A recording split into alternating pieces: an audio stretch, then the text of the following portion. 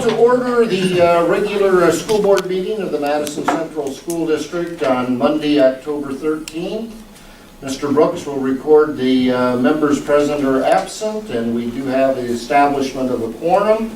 So on to item number 4, we'll stand and do the Pledge of Allegiance. I pledge allegiance to the flag of the United States of America and to the republic for which it stands, one nation, under God, indivisible, with liberty and justice for all. Item number 5 is the approval of the agenda. I believe it's correct as distributed. We have no other updates. At this point in time, I would entertain a motion for approval of the agenda. Okay, so moved by Mr. Moore. Yeah, moved to. Okay, is there a second? I'll second. Second by Mrs. Sims. Further questions or discussion on the agenda?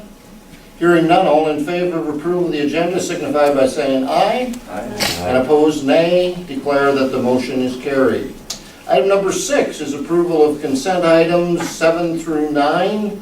We have 3 sets of minutes: our regular meeting of September 8th, our planning session of September 13th, and also our special meeting of September 30th, which concluded our planning sessions. We also had bills in there. Charlie, Cammie, Jenny, anything that you guys saw? Everything looked good. And then we also have some personnel actions. Any comments there, Mr. Schaefer? Well, these are pretty straightforward, Mr. President. Laura Nieses starts actually today, a school nurse. And Kayla Strang is coming in as a Title I tutor to replace Joy Hawks. And Joy was a temporary, we knew that from the beginning. And then as the contract changed, Karen Giles is moving across on the pay scale. Okay, congratulations to Karen on that move. With that, I would entertain a motion to approve consent items 7 through 9. So moved by Mrs. Thompson. Is there a second? I'll second. Second by Mrs. Sims. Any questions? Discussion? Hearing none, all in favor of approval of the consent items 7 through 9 signify by saying aye.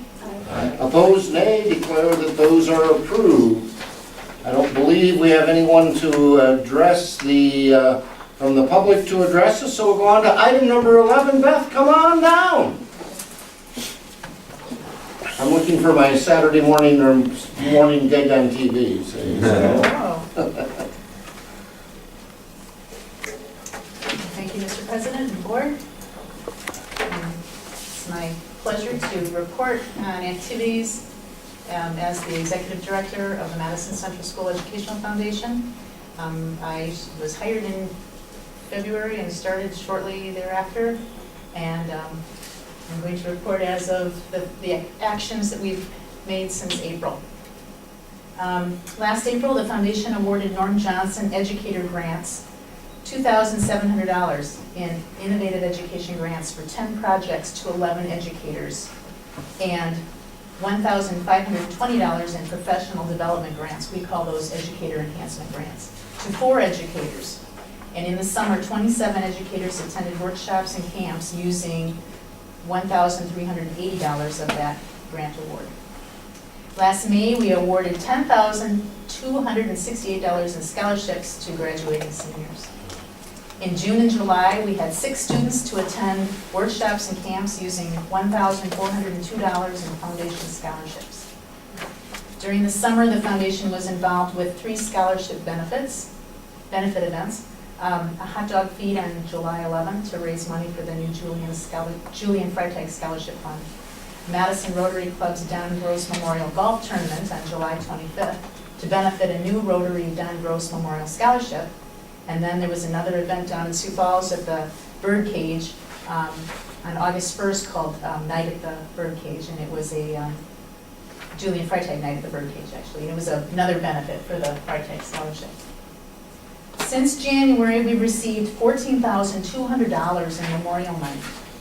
And of that, $11,530 has been put into the Julian Freitag Scholarship Fund.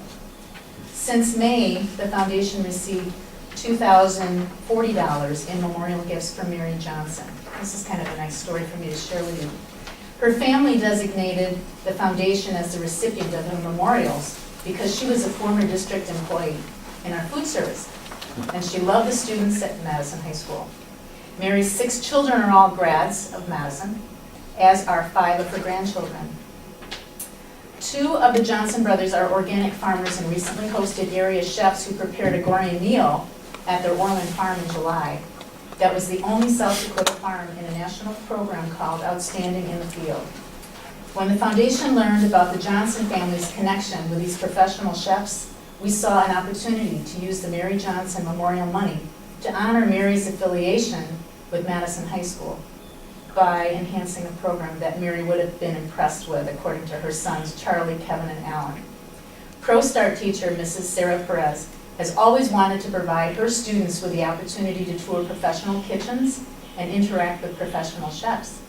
She could use some of this money to bring chefs to the ProStart kitchen for demonstrations or to take her students to tour a few professional kitchens in Sioux Falls. The foundation board and the Johnson family have both approved using this memorial money to enhance the MHS ProStart Culinary Arts Program. In July, we helped to provide tours of the renovated high school in conjunction with Madison Discovery Day, Madison All-School Reunion. 125 people came to tour, and we had 7 people volunteering to greet them and to lead the tours. We received $3,582.50 from proceeds from the All-School Reunion, designated for a legacy project in conjunction with the 125th anniversary of the state of South Dakota. The Legacy Project for Music and Theater by coordinator Ashley Allen.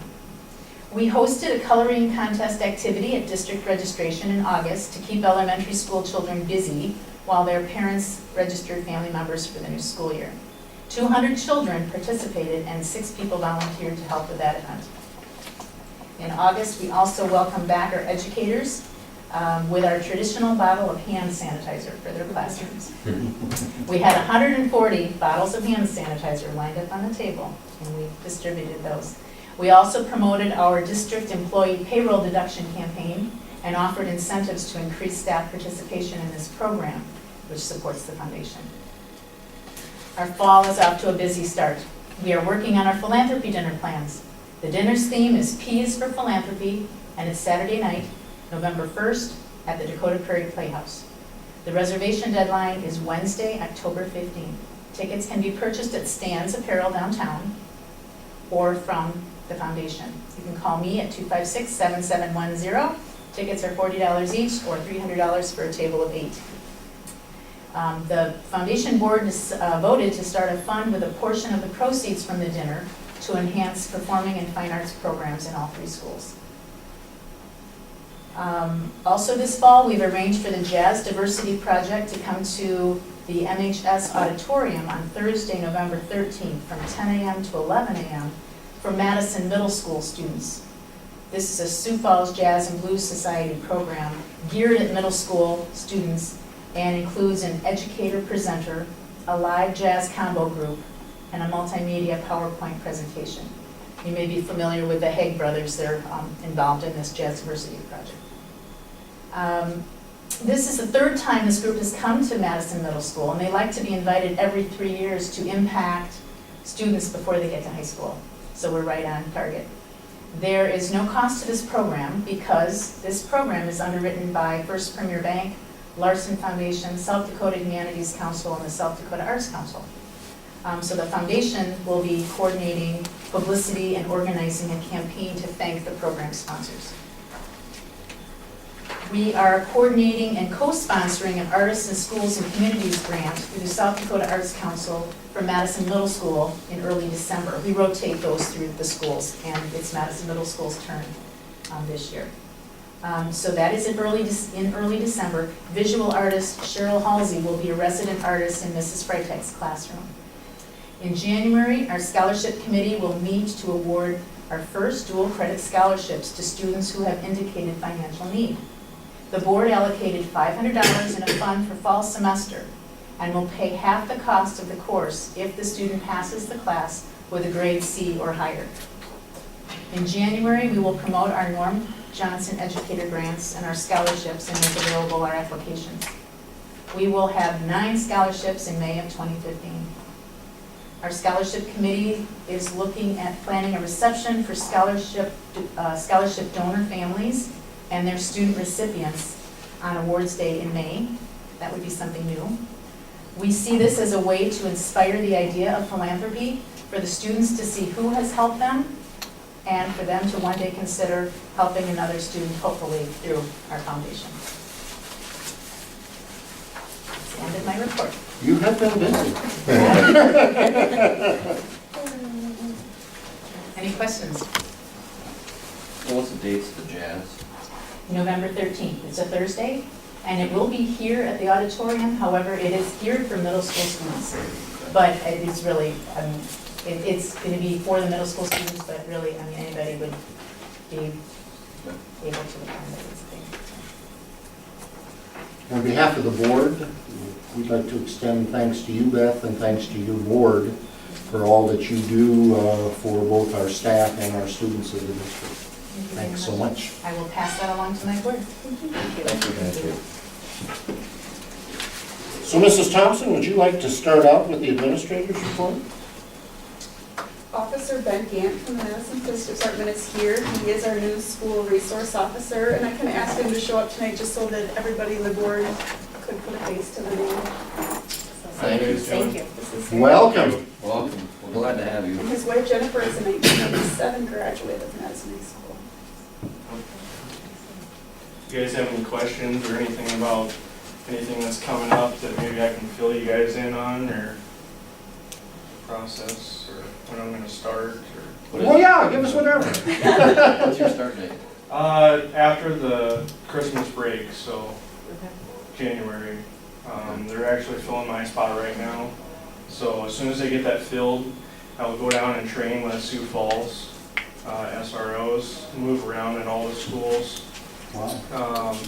And then I'll do a couple weeks in either Dells or Hartford. So get some training there. And then SRO school is hopefully going to be held here at the high school summer 2015. So Are you excited? I am. It's going to be a new experience for me. So, and I think everybody. And that SRO training program, that's like for anybody in the nation that wants to Yep. do the program, Yep. right? It's Yeah, nationwide. nationwide. Wow. So,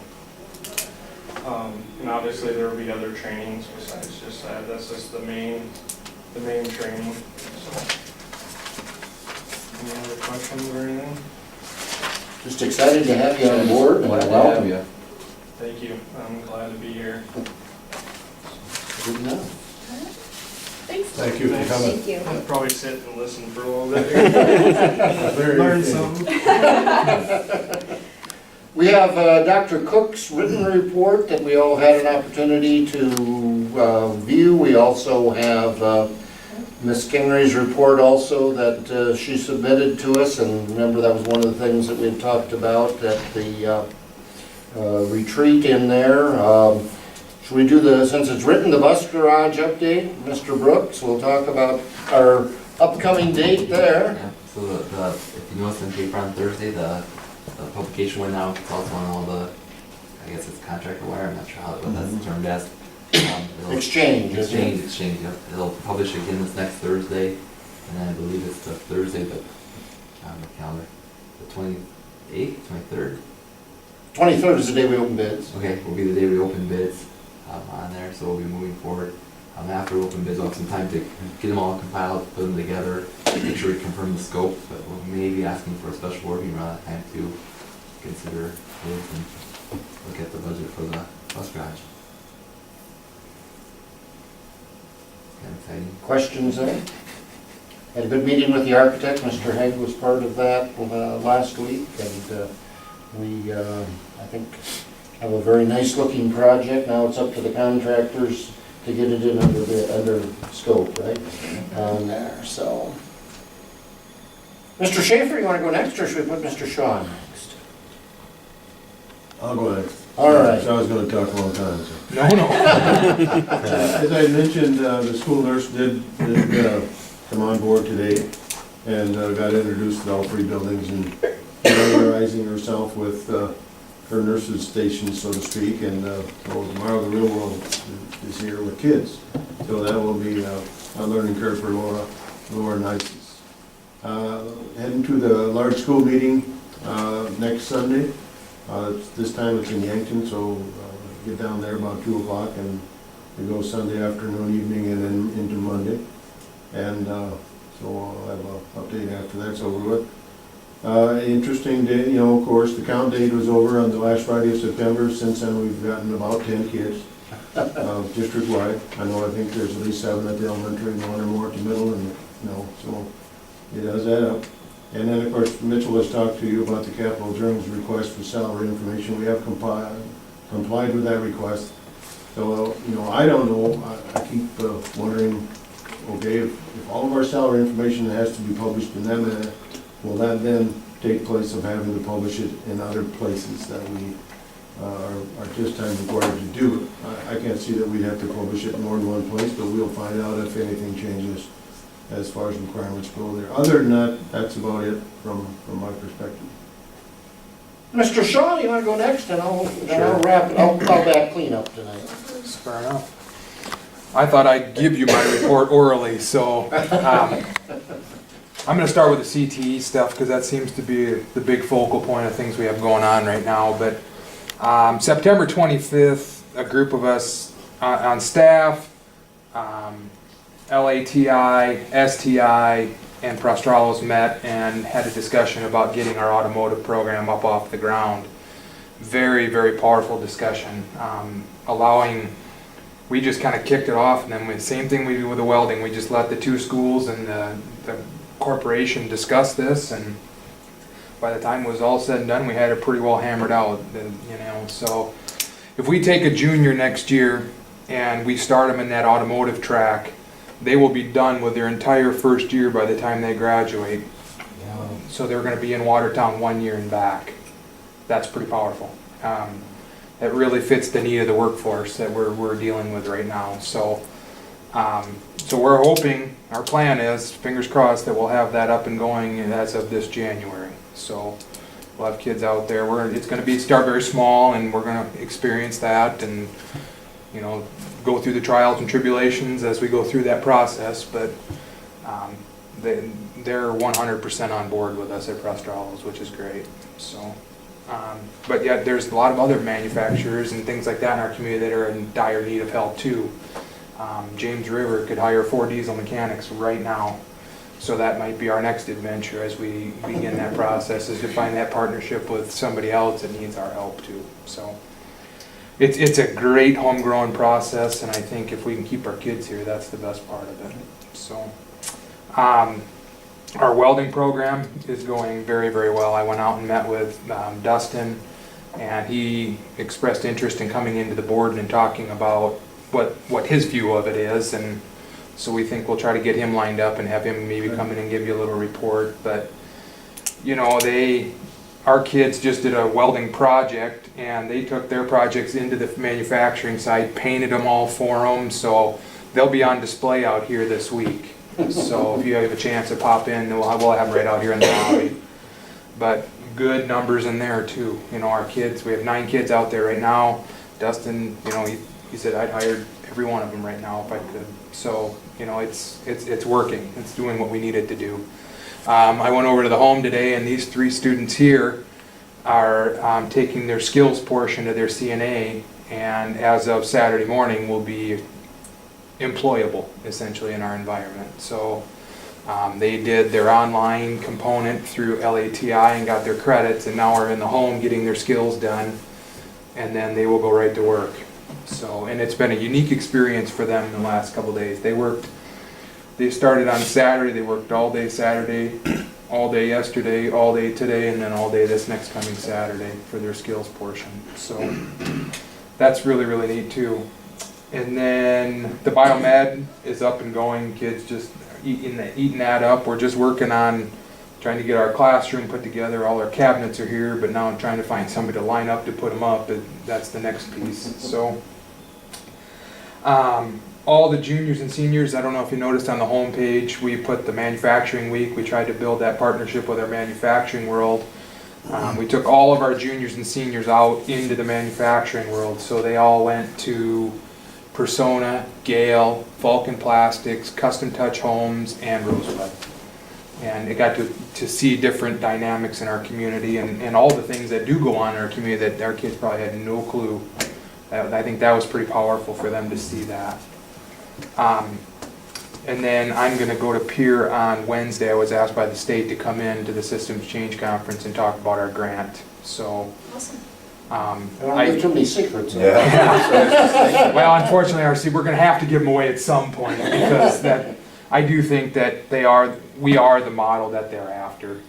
I think because of our integration of our business world and the fact that we're doing real world application with our kids, I think we're essentially, in my eyes, fast tracking our kids back into the work world. And those kids that need it, it's great, and it's actually worked very, very well. The other piece, I gave you each a handout. One of the things that we said we would do with the grant was to administer the NCRC, which is the National Career Readiness Certificate. And we will be testing kids probably in November. We're looking at maybe the day before we go on Thanksgiving break, taking that. And it's a test that can be geared towards your juniors or your seniors, but it's an industry-recognized portable credential that demonstrates achievement at a certain level of workplace employability skills in mathematics, locating information, reading information. I think the biggest piece is it's going to look at their problem solving, their critical skills, how do they apply things.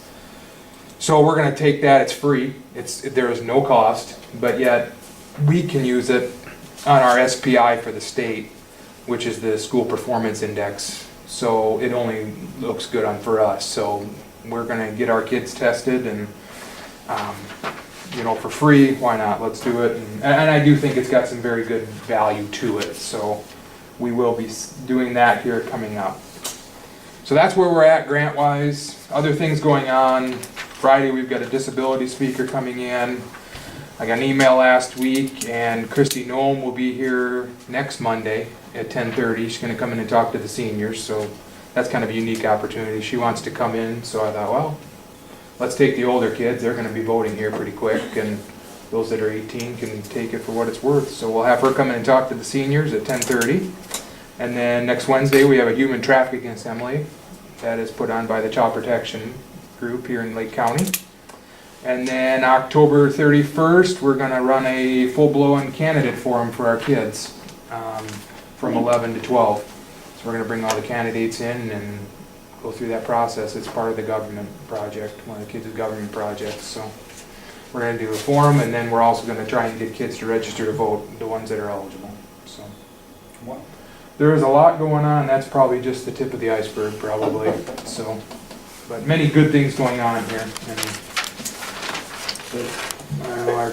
once again, we have good faculty, and kids are getting a great education. So that's what's most important. Thank you, Mr. Shaw. Thank you. You bet. Questions of anybody there? I attended the regional meeting in Brookings for ASBSD on the 1st of October. Several things that were discussed. Potentially one of the largest is there is a governor's task force that's working towards capping the capital gains growth in terms of assessed values. It could potentially impact other schools maybe more than it impacts us, because if you're not at your maximum of 3 mills, you'll be locked into where you're currently at and things. It's in response to the new system of assessment of ag lands based on production and how that has continued to rise. There's more discussion. There's no answers yet what will occur, but there was a huge amount of discussion there. There was also discussion on trying to promote education as a career for folks, also the teacher salary.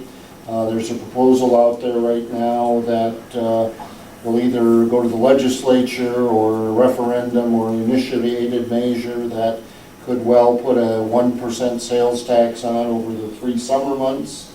And then that would go back to a fund that would, if it's fully funded, where they're thinking it would give each teacher in South Dakota another $4,000 per year. And I think the thing that's really refreshing, at least to me, about that is this is the first time that we actually have a group again talking about, rather than reshifting those dollars, of actually bringing in new dollars.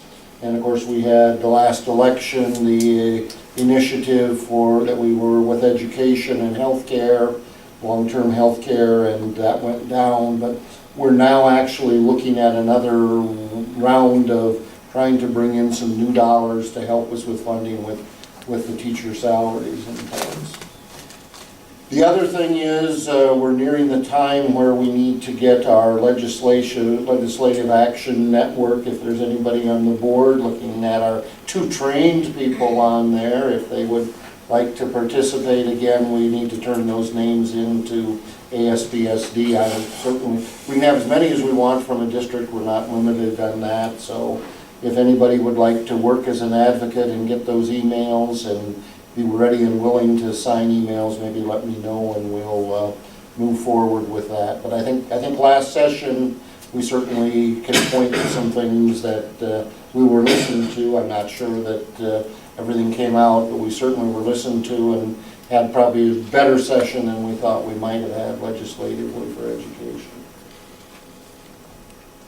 And the one that Charlie was going to go with me on, they canceled. I don't know whether they saw he was coming and they were scared. Signed up and they shut her down. He got his registration and 24 hours later, we're not going to have that one. So I don't know what that tells us. But. All right, anything else on the administrative side? Moving on then to open enrollment applications 15-6, 15-7. Did you want to talk about those, Vince? Sure. Okay. These are 2 applications, one family that reside within the parameters of the Chester area district, and they are students in our school, and So they're currently here. yeah, I would recommend that we approve them. It's a moving issue. So it's a paperwork to catch up with what's actually going on there. I'd make a motion to approve those 2 open enrollment. Okay, Mrs. Thompson makes a motion, we approve open enrollment 15-6, 15-7. Is there a second by Mr. Moore? Further questions or discussion? Hearing none, all in favor signify by saying aye. Aye. Opposed, nay. Declare that has passed. Item number 14, recommendation for change in substitute teacher pay. Mr. Brooks, is that one yours?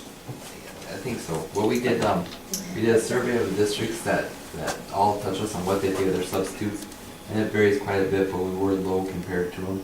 So we brought in that survey to our admin team. We went through a bunch of scenarios, and put them together. Then the next admin meeting, we went through the scenarios and we kind of selected one that we liked best.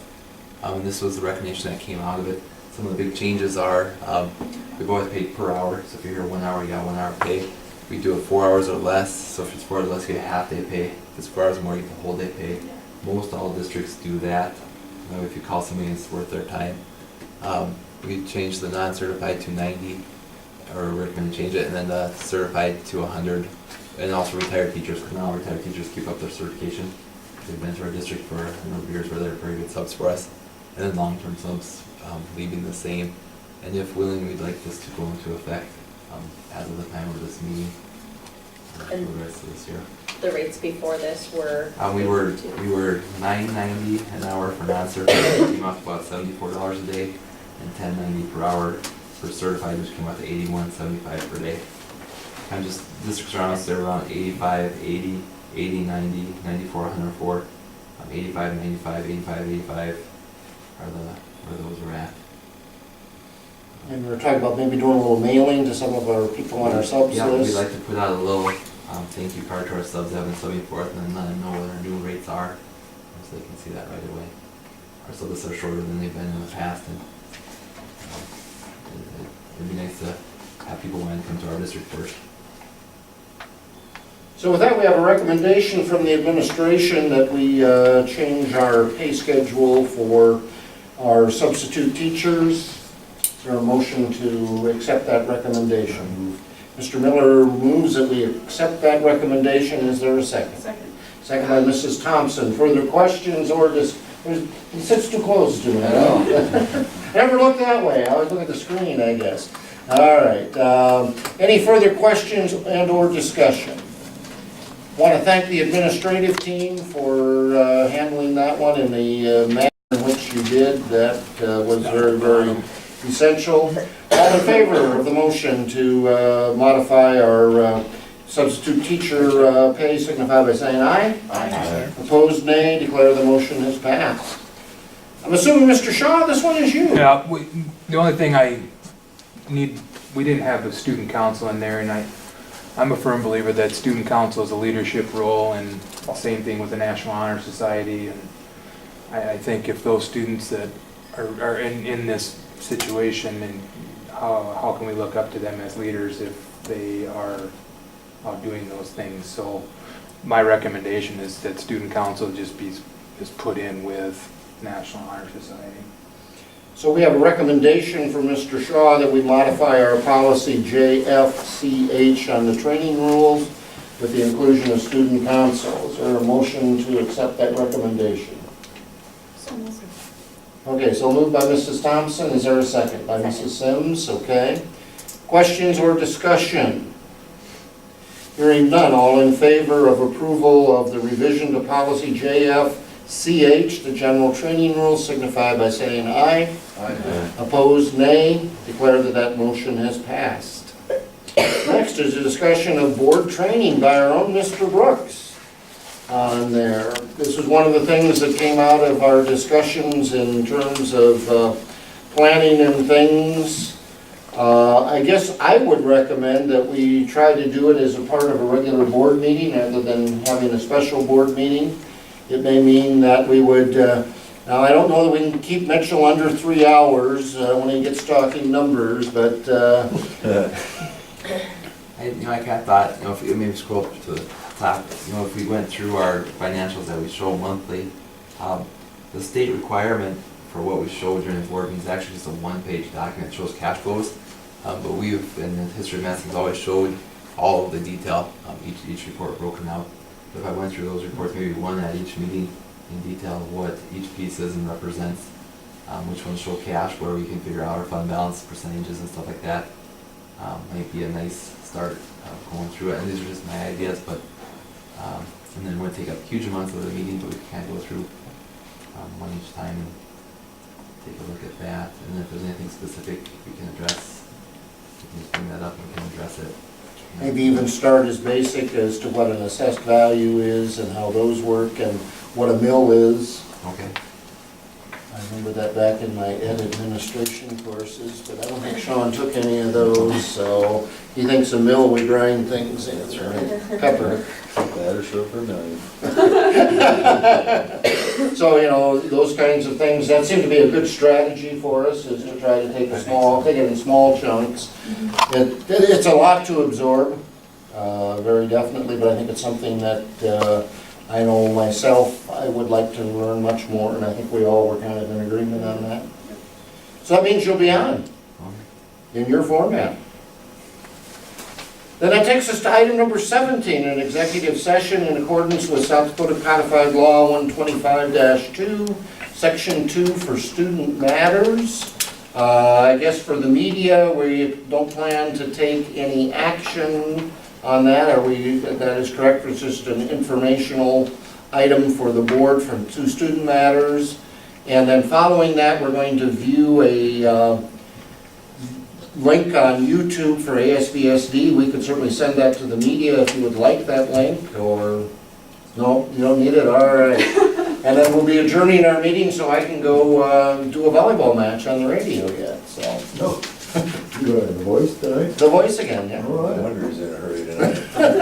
That moves things along. That's So with that, I would accept a motion and a second that we move into executive session at 6:05. I'll make that motion. Okay, Mr. Heck makes the motion. Is there a second? Second. All right, Mr. Moore gets a second. Thank you for coming. Thanks a lot. Thanks. Nice seeing you all. Nice meeting you. Thank you.